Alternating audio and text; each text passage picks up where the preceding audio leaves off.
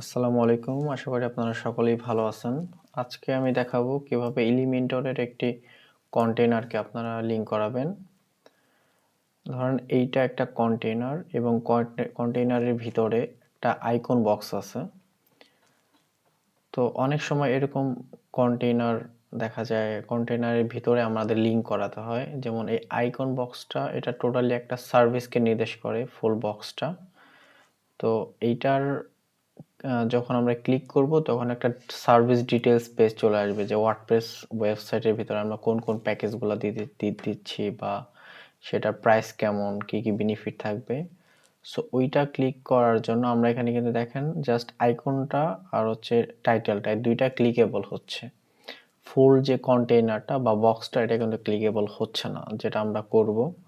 So দেখেন এটা just better user এক্সপেরিয়েন্সের জন্য। যেমন একটা ইউজার যদি এখান থেকে এদিক দিয়ে চলে যায়, সে কিন্তু ক্লিকেবল যে লিঙ্কটা সেটা পাইতেছে না বা এখানে ক্লিক করে। সো আমরা জাস্ট ফুল কন্টেইনারটাকে ক্লিকেবল করব অন্য একটা পেজের জন্য। জাস্ট সেটার জন্য আমাদের একটি প্লাগইন ইউজ করতে হবে, make column clickable for Elementor. So এটার যে ওনার, তার নাম হচ্ছে ফার্নান্দো অ্যাকোস্তা। সো এটা একটু দেখবেন। সো এই যে প্লাগইনটা, এটা আমার যে ভিডিও আপনারা দেখতেছেন এটা ডেসক্রিপশন বক্সে পেয়ে যাবেন। সো এখান থেকে আপনারা ফুল যে নাম, এই নামটা কপি করে নেবেন। এরপর চলে যাবেন ওয়ার্ডপ্রেসের ড্যাশবোর্ডে। সেখান থেকে প্লাগইনসের আন্ডারে অ্যাড নিউ প্লাগইন বা অ্যাড প্লাগইনসে, তো এখানে একটা সার্চ বক্স পেয়ে যাবেন।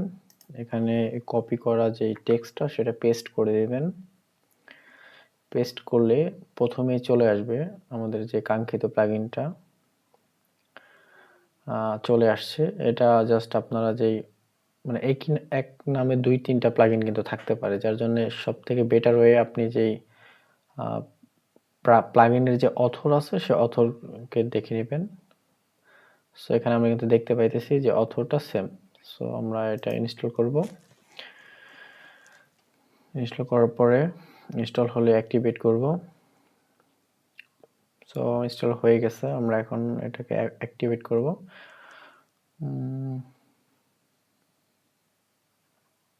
আচ্ছা,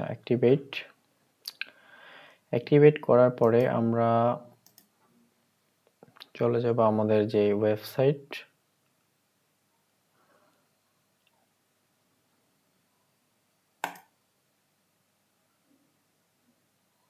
অ্যাক্টিভেট হয়ে গেছে।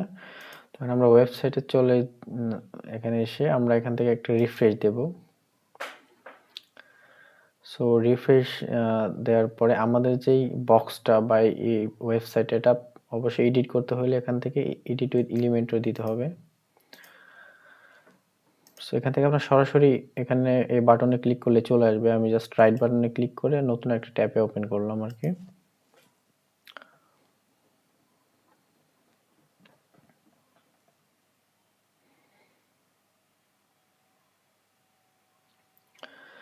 চলে এসেছে। এখান থেকে আমরা আমাদের কাঙ্ক্ষিত যে সেকশনটা আছে এখানে চলে আসব।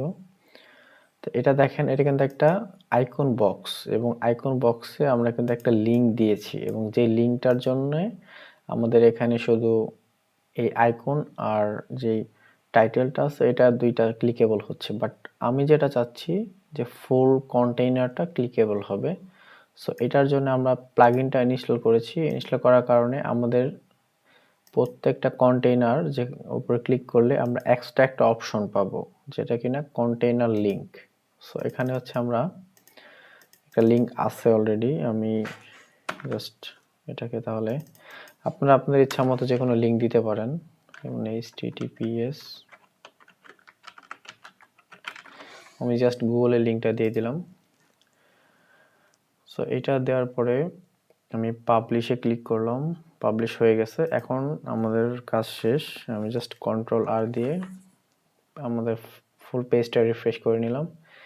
এরপরে দেখেন এখন কিন্তু জাস্ট আইকন আর টাইটেলেরটা ক্লিকেবল হবে না, ফুল যে কন্টেইনারটা সেটা ক্লিকেবল হবে। সো আমরা দেখি, দেখছেন এখানে কিন্তু ফুল কন্টেইনার যেখানে আমরা ক্লিক করি, স্পেস বলেন বা এখানে ডেসক্রিপশন বলেন, প্রত্যেকটা জায়গায় আমরা এখন ক্লিকেবল পাচ্ছি। এখন যখন আমরা ক্লিক করতেছি তখন গুগল বা আমাদের কাঙ্ক্ষিত যে লিঙ্ক দিয়েছি আমরা সেখানে চলে যাচ্ছে।